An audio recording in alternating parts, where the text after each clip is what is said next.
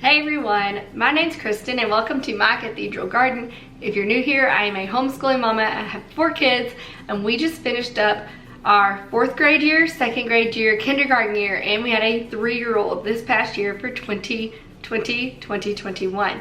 And today I thought I'd give you a little recap of our year for our 4th grader. We're going to move right into the curriculum that I thought was okay. It wasn't bad, it wasn't good, but we might look for something different next year. We'll see. And that was spectrum spelling and the good and the beautiful handwriting. So with spectrum spelling, this kiddo is a natural speller. I could not believe it. I've never met a kid quite like that. He just understands and gets spelling naturally. I don't really know another way to say it. Whereas my 2nd grader needs to know the rules, needs to understand all these things. He can't just see it the way this 4th grader can. So this spelling curriculum was just fine for him. If you have a struggling speller like my 2nd grader, I don't know if I would use this. The things that I did like about spectrum spelling was that it concentrated on a specific set of words and a pattern of within those words per week, which was wonderful. So for instance, let me see, words with final ul sound. So all of the words he would had that final ul sound. And this section, this page right here, the first page he would do, I really enjoyed and was glad that they had it in there. Come on, focus.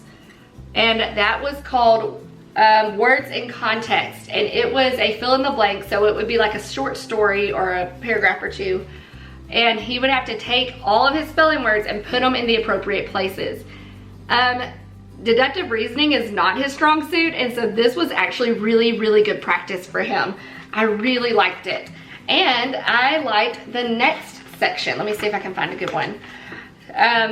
The next page, the top half of the section. So it was usually just fun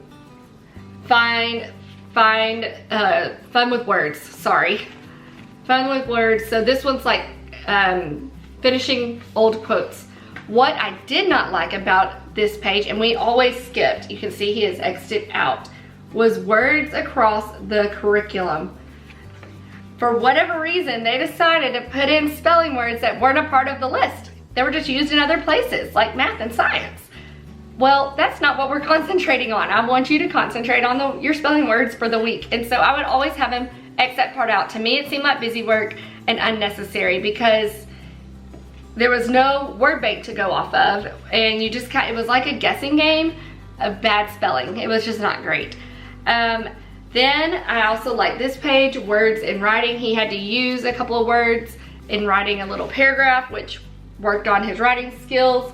And this one was dictionary practice. Once again, deductive reasoning, figuring out what word went where. I did like that. But that is your week's worth of words. So if that is all your kid needs to practice spelling, this is great, except for the writing words across the curriculum. If you have a strong speller, this might be all you need, but I don't know if I would recommend it for struggling spellers. And then the next thing that was just okay was the good and the beautiful handwriting. I think if you have a kid that likes to draw for these upper levels, I really liked this handwriting curriculum. Now, this kid is the one who will come in, not really fight me on doing school, but he wants to get it done because he's got other things that he wants to do. He wants to go practice sports. He wants to be outside. He does not want to be inside. So he'll get his work done and do it well so that he can move on to the things that he really wants to do, which is great. He's very, very self-motivated. That it gets harder though when you're wanting him to slow down and do things like drawing. Now, the child loves to draw, but not at the expense of going out somewhere or finishing his work. So I actually have him doing level 6, even though he is in 4th grade, because he has been writing in cursive since he was in 1st. So there is that, and we used Becca for that curriculum, which I really recommend. I liked the way that Becca taught cursive. But I like this. It's just different ways of shrinking down their writing. They're doing different words and different things across different curriculums. There's drawing. It's a great handwriting tool. For him, the drawing was just ho-hum. But if you have a kid that loves to draw, that would be great, because sometimes the entire lesson is drawing the picture that they want. And yes, I would make him do it, because that is attention to detail and something that he needed to work on and learn. Okay, lastly, let's talk about what did work for our individual 4th grade subjects. I've already kind of touched on one of them, and that was BJU Math. This is probably what we will be using again next year. No complaints here. Very thorough. I loved it. One thing also I was very, very proud of this kid for doing was for memorizing his multiplication facts. That is something I never really got down super well as a school kid. Math was really, really hard for me to understand. And so I really concentrated on this so much. And I saw this tip in a Facebook group from a lady who was a high school resource teacher. And so she had students in her room that had small learning difficulties. And this is what she would do to help them learn their multiplication facts. Is she spent the first 5 to 10 minutes of every class period having them physically write out their multiplication facts the entire way. So 1 times 0 equals 0. 1 times 1 equals 1. They couldn't just write down 1, 1, 1, 1, 1 times 1, 2, 3, 4. You know what I mean? They had to write out the complete fact. And so they would spend like a week or so, or however long it took to memorize that set of facts. And that is how they did it. And they got faster as the weeks went on, because even if they had already done and memorized one, they still wrote it and moved on to the next fact that they were memorizing. So by the end of it, they were really fast and could recall their facts faster than the kids in the regular ed classrooms, which is amazing. So that is what we did, part of what we did. I started out, he knew his 0s, 1s, and 2s, and so I started him out with 3 in a lot of these. He knew his 3s, 4s, and 5s. So this is kind of what I started him out on, something pretty easy. And here's what he was doing. He was skip counting the songs from CC. 3, 6, 9, 12, 15. He was doing that and using his fingers. But I wanted instant recall. And so this really helped. And he did this for weeks. This is nothing but a notebook that I would set up at the beginning of each day, and he would go for it. And so once he felt like he had memorized a certain table or two, then I would let him play a game. And we used timestables.com for that. They had wonderful games. They also have speed tests, either on the computer or that you can print out, as well as other worksheets that you can print out all for free. It was a great resource. We also used Extra Math with, I'll link all of this below, but it's xtramath.com. Also a free resource. It's not as engaging, and there aren't as many game options, but you like race the teacher and you have to really, it's just flashing up a multiplication table and you have to answer it. And so it works on their instant recall, their speed, things like that. So we got to where we memorized all of our multiplication facts. I also incentivized him by saying for every fact you memorize, you get $1. And that worked great. I also know that there are some teachers that the school will do a banana split party. So every multiplication fact gets you an extra thing on your banana split. So there's ice cream, and there's chocolate syrup, and a banana, and a cherry, and whipped cream. And you know, the more things you memorize, the more things you get to add. You could do it that way if you wanted to. Whatever works, just to get them to memorize them. And at first he a little bit was like, oh, come on. And I said, no, dude, you're gonna need this. Division is coming, you're gonna need it. And by the time we got to division, he was so excited and so thankful that he had put in the work. So that is something I was so proud of him for. And then the last thing I wanted to talk to you about that we really liked was his Fix-It grammar curriculum. I am actually going to add on a video of a complete and total flip through, because this one is getting kind of lengthy. But for Fix-It Grammar, this is the student notebook. Here is your teacher's notebook. And then you will also need a dictionary. This is one actually from my childhood, and it's a beginner's dictionary, which we really enjoyed. And you'll need a 2 or 3 subject notebook. And the premise of this is they introduce grammar in small chunks, and you correct a story by correcting a sentence per day. And so by the end of the year, you have rewritten an entire story and that is grammatically correct. This was also another way to practice handwriting, which was really cool. So these are all of the sentences that he corrected. This is actually one of those things that at the beginning of the year took him a long time, because this was a curriculum that he had to remember a bunch of different steps. Now it's not hard and it doesn't take long, but he had to remember to double space. And then you have to write down your vocabulary words.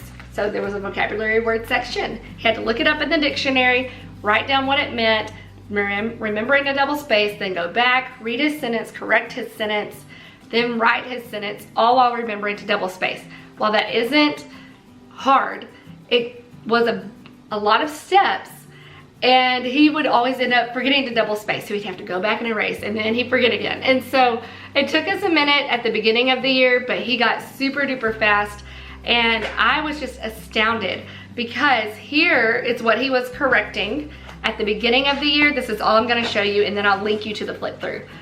So here is what he was correcting at the beginning of the year. Day 1, this is week 1. So like nouns and end marks. And here is the very end of the year, week 33. Look at all of the things he was having to correct. It's amazing. I was so impressed by how easy this was. Now, it is definitely a different way and a different style of learning. It almost seems too easy, except for you get to the end and you're like, this is totally not that easy. But it's just learning through practice and repetition. And it was pretty much individualized, meaning that he could complete this on his own, and then it did not require as much from me as a teacher. I could come over there, check it, talk about what he might have missed, and move on. So that was really good. I also like the way that they have their teacher's manual set up. They would say, if your student does this and it's not right, praise him because he saw this. So it was really good. There is also one resource I would like to mention that went on our It Works Really Well list, and this is not sponsored by any means. It is just something that I loved, and that was Typing Club. Typingclub.com. It met all of my typing needs. I needed something that would teach my kiddo how to type without me having to do that or read anything to him, and that would show him where exactly he was messing up.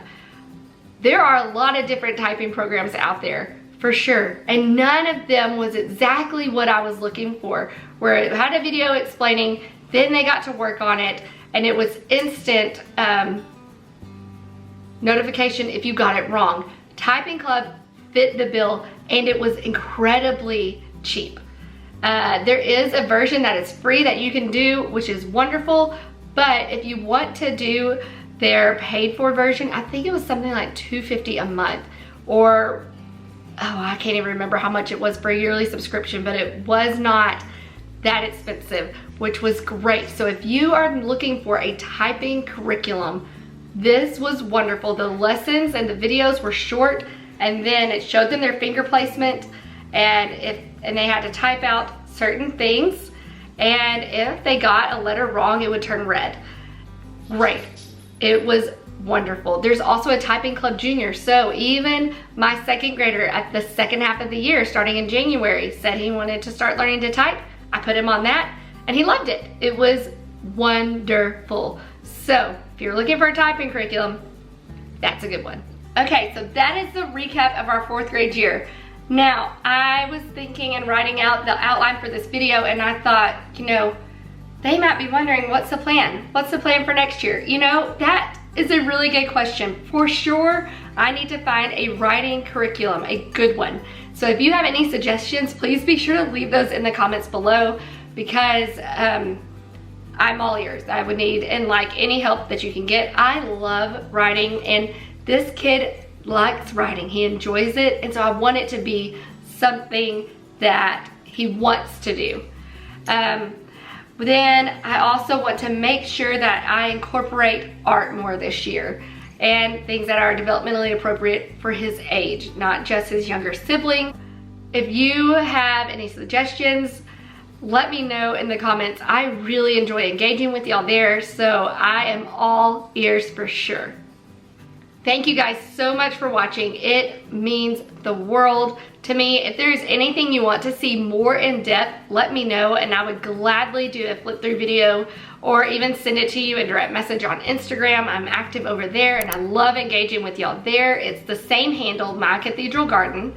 If you have not done so already, if you would not mind subscribing, that would mean the world. It really helps channels that are like mine, that are a little smaller, get noticed, and it's a small action on your part, but it means a ton to us. If you like this video, also please be sure to give it a thumbs up. That helps me know what kind of content to bring you guys. And if you want to know anytime I post a new video, make sure you hit the notification bell, and that will alert you anytime we have new content. Okay, until next time, bye guys.